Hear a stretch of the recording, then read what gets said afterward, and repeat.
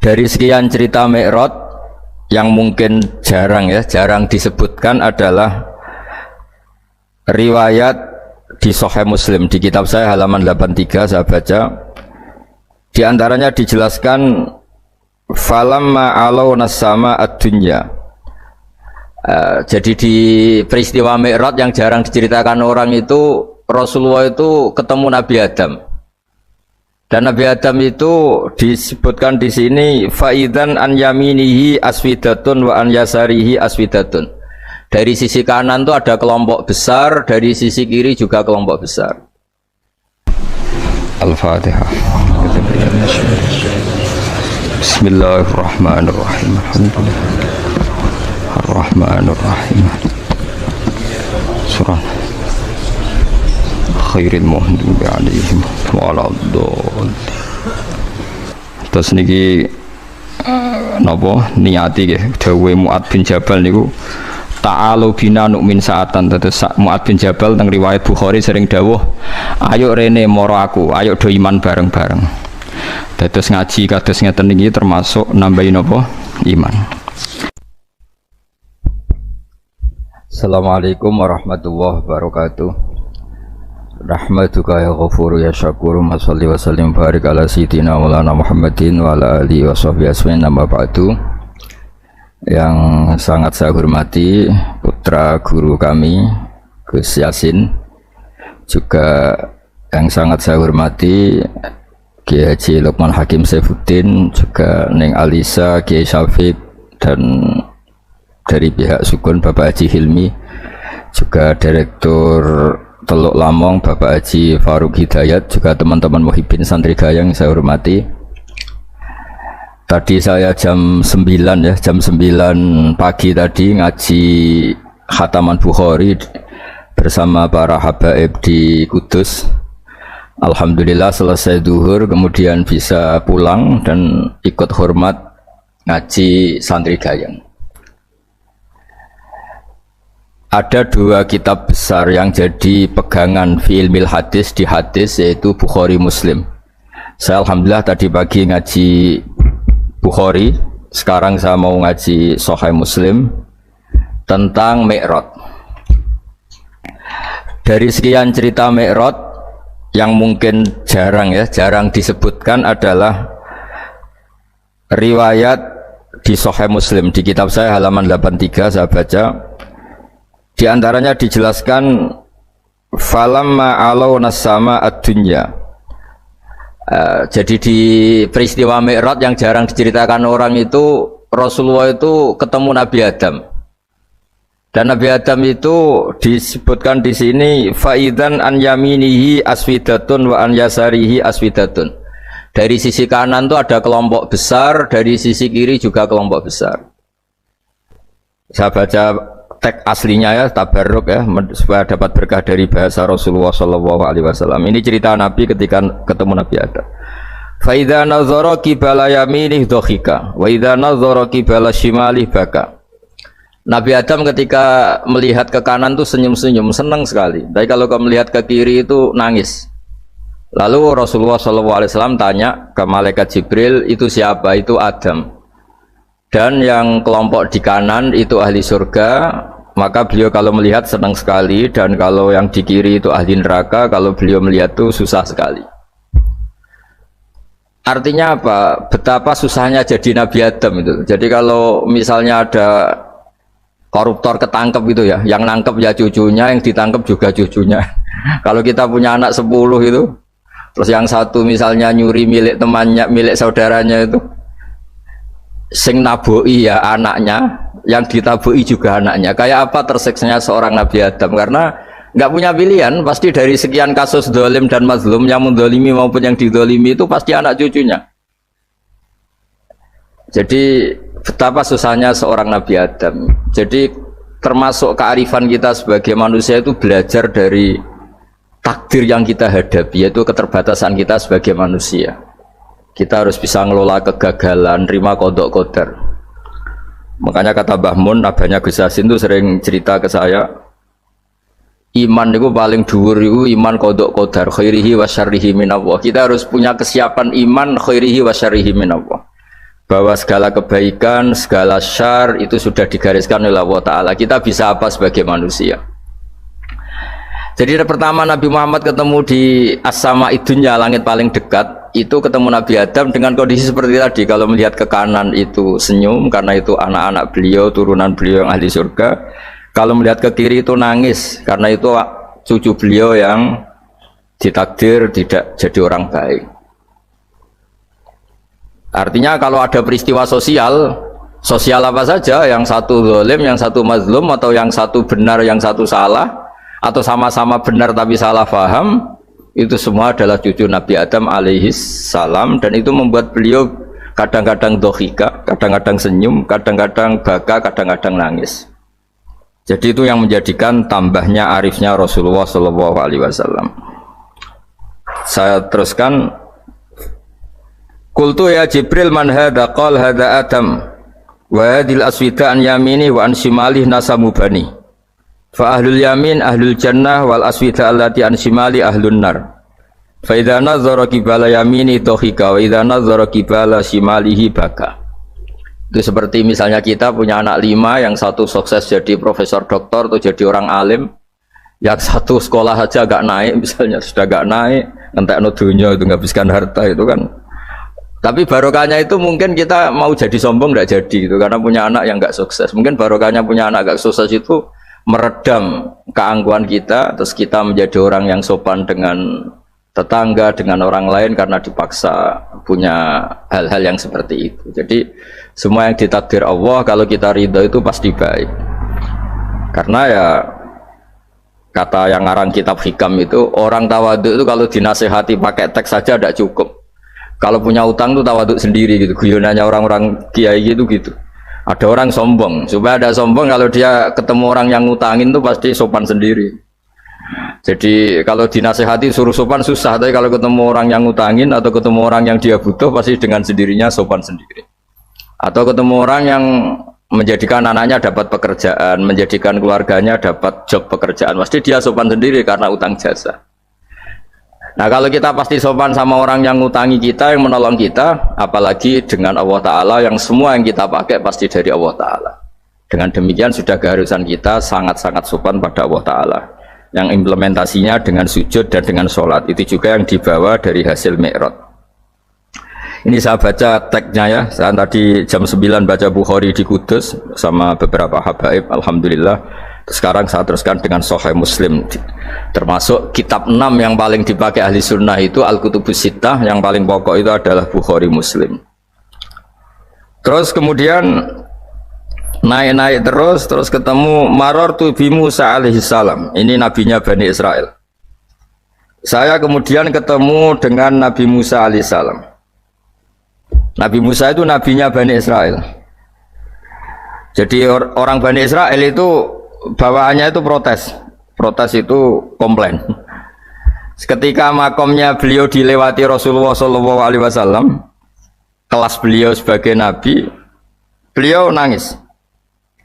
Ketika nangis ditanya, "Ma yubkika, kenapa engkau nangis ya Musa?" Terus ini saya baca supaya seperti teksnya. Kata Nabi Musa, "Rabbi hadza ghulamun ba'astahu ba'di yadkhulu min ummatihi al-jannata aktsaru mimma yadkhulu min ummati."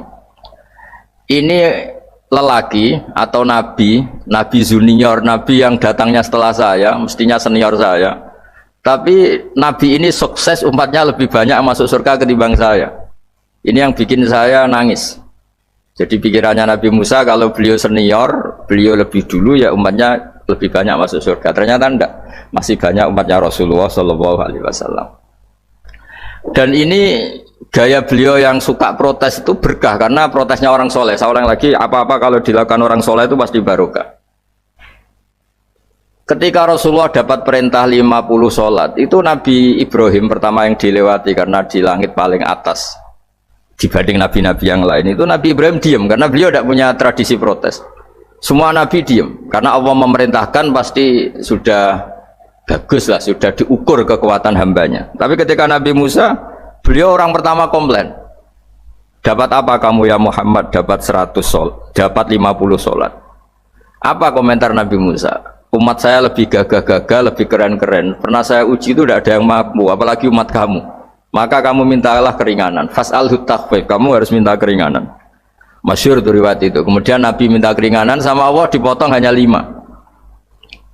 5 masih 45, dipotong lagi 5 masih 40 sampai 9 kali pemotongan, akhirnya jadi 5 sholat. Itu satu menjadi pelajaran bahwa hubungan dengan Allah Ta'ala itu tidak perlu malu, karena Allah itu suka kalau dimintain. Mestinya kan dipotong 5 minta lagi sungkan, dipotong lagi 5 minta lagi sungkan, tapi ternyata berkali-kali. Bahkan ketika sudah 5 itu Nabi Musa masih bilang, ya Muhammad minta lagi keringanan. Jadi kalau itu dikabulkan tuh jadi tidak ada sholat itu kalau 5 masih minta. Nah, sampai Rasulullah itu tanya ke Jibril, ya Jibril, bagaimana dengan gaya komplainnya Nabi Musa? Hiddah itu sering komplain. Jawabnya malaikat Jibril, ya roh hiddata, Allah tahu betul tentang komplainnya Musa dan Allah senang. Ya karena bawaan beliau begitu. Ini penting saya utarakan bahwa dalam Islam itu orang yang lemah lembut, yang samahah, Allahun halim, kayak Nabi Ibrahim itu juga Allah suka. Yang suka komplain tapi demi hak, bukan demi konflik. Saya ulang lagi, demi hak, bukan demi konflik, juga Allah suka. Itu kita menjadi dapat sholat yang hanya 5, itu barokahnya komplainnya Nabi Musa. Karena kita yang lemah ini diukur dengan umat beliau yang kuat, ternyata umat beliau tidak kuat. Barokahnya tidak kuat itu dipakai tolak ukur, apalagi umatmu ya Muhammad. Kemudian itu yang menjadikan Nabi sebagai orang yang sangat tawaduk, karena yang merintahkan itu senior. Meskipun kita tahu Nabi Muhammad itu Sayyidul Awwalin wal Akhirin, tapi secara lahir, secara jusmani beliau lahir paling belakang, dan secara lahir juga beliau Nabi paling terakhir. Jadi secara hukum adab beliau harus sopan. Tentu sopan itu jadi panutan kita, meskipun kita tahu hakikat beliau adalah Sayyidul Awwalin wal Akhirin secara hakikat. Nanti kita bicara lebih jauh tentang jusmani dan ruhani.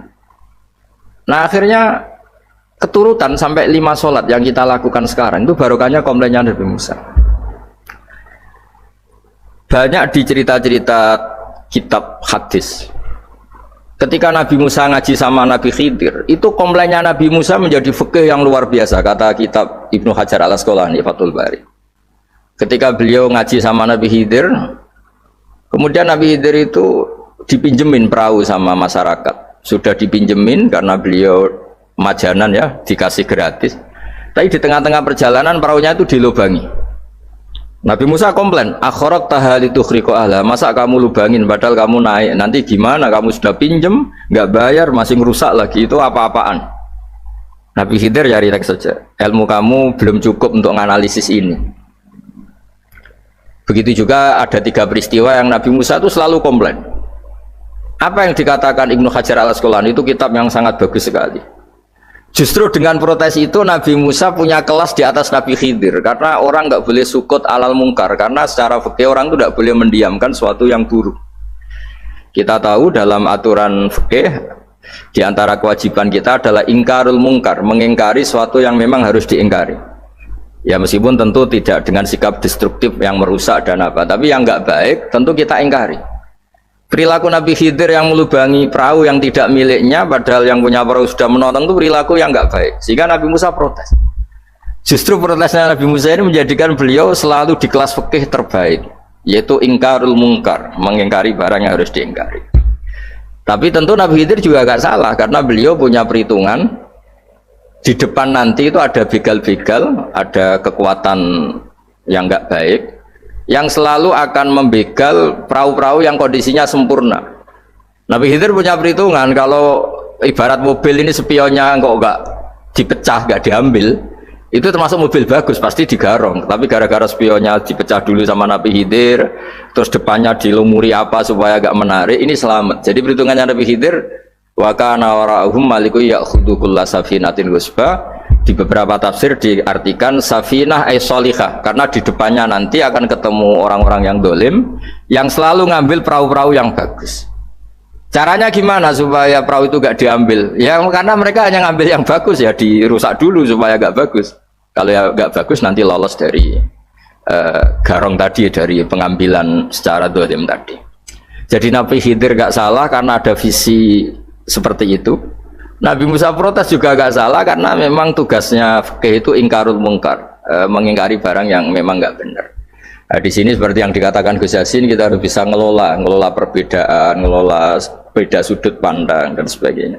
Sehingga kita selalu dapat nikmat Allah Ta'ala wa allafa baina qulubihim, nikmat yang kita asik, kita hidup asik, nyaman.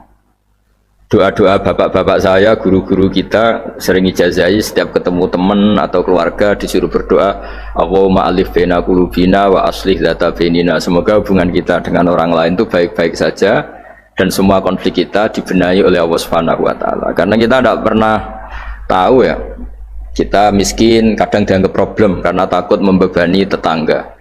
Tapi kita kaya juga kadang dianggap problem karena orang lain takut kalah dengan kita. Kita tidak pernah tahu cara pandang orang lain. Jadi kadang-kadang kita menang gitu, sama yang senang dikira kita pemikir serius gitu. Tapi sama yang nggak senang dikira kita merengut. Kita guyon, kata yang senang itu luar biasa. Kita dianggap orang yang ceria. Bagi yang nggak senang dianggap arogan. Jadi kita tidak pernah bisa ngelola pikiran orang lain. Nah, barokahnya rahmat Allah yang tidak terbatas kita seperti ini. Dan itu digambarkan oleh Allah Ta'ala ketika ketemu antar Nabi itu. Cara pandang ya beda-beda. Nabi Ibrahim itu kalau melihat orang yang nggak benar itu ya ngendikannya faman tabi'ani fa innahu minni wa man asani fa innaka ghafurur rahim. Ya Allah, yang ikut saya ya karuan kelompok saya, yang tidak ikut saya semoga engkau banyak mengampuni mereka. Nabi Nuh beda sekali cara pandang. Nabi Isa ubudiyah murni. Ketika melihat orang yang nggak benar, beliau tidak ngambil sikap. Beliau ngendikan intu adzibhum fa innahum ibadu. Kalau engkau siksa nggih monggo Gusti, wong itu hamba-hamba jenengan, itu terserah jenengan. Wa in taghfir lahum, kalau engkau ampuni nggih monggo, jenengan yang punya pertimbangan lebih bijak. Dan itu yang dalam banyak hadis ketika Rasulullah SAW melihat umatnya di akhir zaman yang macam-macam, Nabi ngambil sikap kayak sikapnya Nabi Isa. Sebagian riwayat Nabi mengatakan fa'aqulu kama qalal abdus sholeh. Saya akan ngambil sikap kayak sikapnya al-abdus sholeh. Di hadis itu diredaksikan yaitu dengan redaksi intu adzibhum fa innahum ibaduk wa in taghfir lahum fa innaka antal azizul hakim. Ya, saya teruskan. Kemudian akhirnya Rasulullah SAW sampai ke Sidratil Muntaha. Wa ra'aitu Ibrahim alaihi salam wa ana asbahu waladih bih. Ketika ketemu Nabi Ibrahim, hubungan Rasulullah itu sangat emosional. Beliau yang pertama diceritakan, saya ketika ketemu Nabi Ibrahim itu senang sekali karena ternyata saya ini cucu beliau, turunan beliau yang paling mirip beliau. Jadi ini unik, dari sekian peristiwa besar, peristiwa langit, kemudian Nabi ada hubungan emosional yang luar biasa ketika ketemu Nabi Ibrahim. Pertama yang dikatakan Nabi, wa ana asbahu waladihi, saya adalah cucu yang paling mirip beliau. Dan ini kita tahu akhirnya di semua syariat kita istilah resminya itu anit tabi millata Ibrahim hanifa. Di istilah resmi agama kita millata abikum Ibrahim, agama leluhur kamu Ibrahim. Kita ketika baca sholawat Allahumma sholli ala sayyidina Muhammad, terusannya juga kama shollaita ala sayyidina Ibrahim wa ala ali Ibrahim, dan seterusnya dan seterusnya. Kemudian yang terakhir saya cerita secara akidah Ahlussunnah wal Jamaah yang dianut oleh Imam Asy'ari dan Maturidi. Meskipun secara lahir itu Nabi mengalami pertemuan dengan Allah di Sidratil Muntaha, tapi tetap saja kita cara pandang bahwa Allah Ta'ala itu mukhalafatul hawadis. Allah tidak bisa kamu andekan di satu tempat terus mengalami hal-hal yang kita alami sebagai makhluk. Sebab itu sirinya kenapa di surat Isra dimulai dari subhanalladzi, Allah tetap maha suci. Maha suci itu artinya terbebas dari yang kita alami.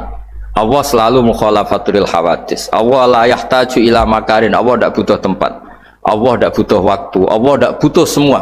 Karena Allah itu qayyum, Allah itu qiyamuhu binafsi, berdiri sendiri. Allah tidak butuh aras, Allah tidak butuh kursi. Tapi eksistensi kursi yang butuh Allah. Allah tidak butuh aras, tidak butuh kursi, tidak butuh langit, semuanya itu berdiri karena Allah, bukan sebaliknya Allah berdiri di atas semuanya. Sehingga kita mulai kecil diajari Allah itu siapa? Al-Qayyum, kalau bahasa kita qiyamuhu binafsi, selalu berdiri sendiri, dan Allah itu Al-Ghaniyul Mutlaq, nggak butuh yang lain. Di sini pentingnya selalu Nabi ngintikan subhanallah, subhanallah, wiridanya tetap Allah itu maha suci, Allah maha besar, Allah maha agung, dan keagungannya diantara ditandai Dia punya sifat yang tidak sifat kita. Dia punya keabadian yang tidak bisa kita miliki. Dia punya semuanya yang tidak kita miliki. Itu sebab itu dimulai subhanalladzi asra bi abdi lailam minal masjidil haram. Jadi kata subhana ini maha suci itu maha suci dari tempat, dari waktu, dari apa saja. Meskipun Allah punya adat, punya sunnah memperlakukan hambanya itu dengan logika atau bayangan yang dibayangkan seorang hambanya, sehingga seakan-akan kita ini ya ketemu, seakan-akan kita bisa ini melihat, sehingga di surga disebut kita ini melihat Allah. Tapi semua ahli sunnah mengatakan tapi kamu melihat Allah itu tetap saja bila kaifin walan khisorin, tidak bisa terus menciri itu bisa membatasi sifatnya Allah itu begini-begini, tidak bisa. Tetap Allah itu la tudrikul absar wa huwa yudrikul absar. Tapi kita bisa disebut melihat dengan kemakhlukan kita yang profan. Di surga disebut melihat, tapi bukan melihat yang kayak kita melihat antar makhluk yang terus bisa apa itu cerita detail, cerita spesifik, cerita apa, tidak bisa. Tetap la tudrikul absar. Ini hebatnya ulama-ulama kita, selalu cerita Mi'raj, cerita nazar ilallah fil jannah, melihat Allah di surga, tapi bersamaan dengan itu selalu cerita Allah itu mukhalafatul hawadits, Allah itu laisa kamislihi syai'un. Jadi terima kasih Gajang utamanya pada Gus Yasin dan yang membantu semuanya. Barokahnya kita ketemu bisa ngaji, supaya barokah saya baca teks aslinya di hadisil Isra, karena tadi saya jam 9 sudah baca Bukhari, ini supaya dapat berkah saya ini baca Sahih Muslim. Sekian dan semoga barokah. Assalamualaikum warahmatullahi wabarakatuh.